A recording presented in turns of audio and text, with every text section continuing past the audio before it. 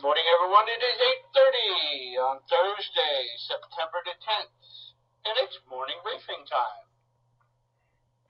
First of all, no changes to the National Terrorism Advisory System overnight. Snapshot of the region, you do see the updated numbers from the unaccompanied children. No changes to our declaration statuses, no ongoing damage assessments, and no fire management requests to talk about.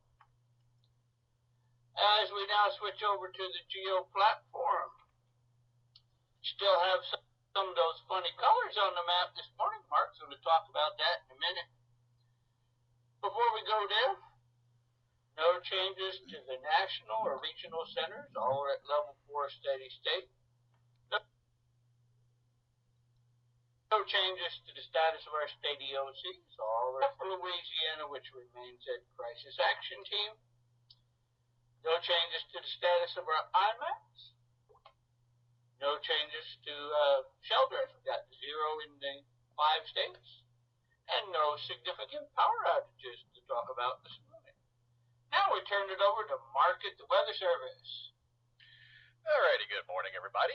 As Paul mentioned, we do have some precip on the radar this morning. We did have one batch of activity that moved to the west of San Antonio and actually did produce some locally heavy rainfall. Some amounts in the 3 to 5 inch range, but that is weakening.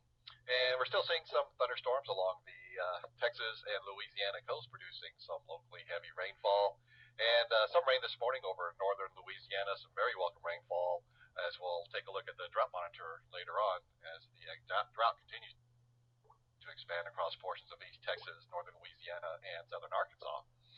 And on to the tropics for this morning. We do have what is now tropical storm, I believe it's pronounced Henri. That's going to be moving to the north and then the northeast. Not going to be impacting the United States, and then another wave that's going to be moving off the coast of Africa here in the next couple of days. So we'll just kind of watch that over the next couple of weeks. What is not shown here is there could be some development off the coast of southern Mexico by the weekend and into early next week. Computer models are all over the place with this thing. Very difficult to say just how this will develop, but it could bring some rainfall into northern Mexico and South Texas by early to middle portion of next week. So something we'll just have to watch out for that. A lot of possibilities with this, but right now this looks like a weak system that's going to bring some rainfall to portions of Fema 6. And looking at the 5-day threat matrix for today, there is the threat for some severe thunderstorms as another front will be pushing into the northern portions of the region. And then really for the weekend, it's going to be pretty quiet across most of Fema 6 with some cooler weather moving in. And again, the potential for some heavier rainfall moving into South Texas by the middle portion of next week. That's not showing up on this matrix.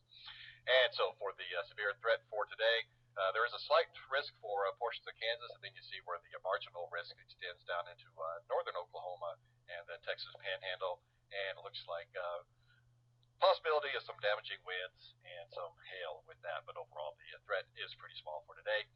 So as we take a look graphically over the next several days, there's that threat for marginal thunderstorms today over the northern portions of the region. And then as the front continues to push southward tomorrow, I could see some thunderstorms over portions of North Texas, northern Louisiana. Not looking for severe thunderstorms at this time. And then the 5-day precip totals, kind of start to see some of the heavier rainfall along the Rio Grande, northern Mexico. So could have some potential impacts to the Rio Grande. We'll just have to kind of watch that here over the next several days.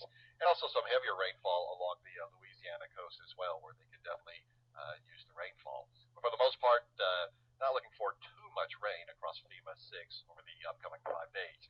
And so with the new drought monitor out, unfortunately, we're starting to see more orange and red on here. And so that is depicting severe to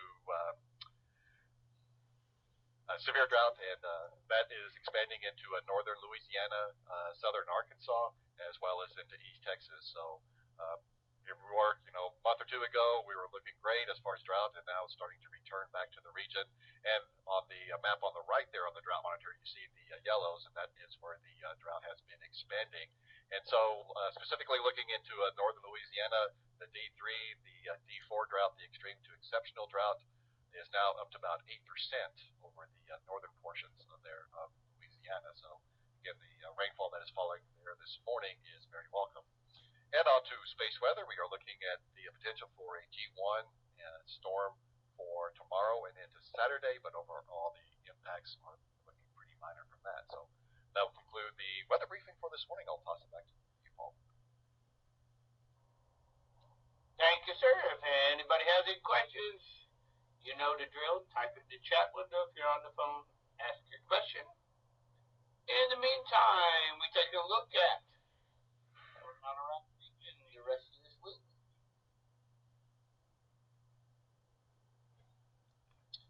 And keeping with our National Preparedness Month theme, this week is wildfires. The majority of wildfires are started by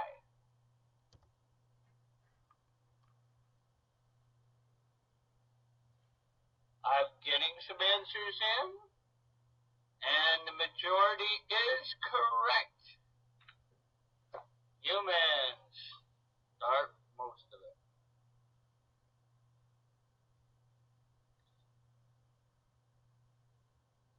Any questions? Cindy Works reminds us that we have preparedness fairs in Denton, Dallas, and Fort Worth this weekend. Stop by.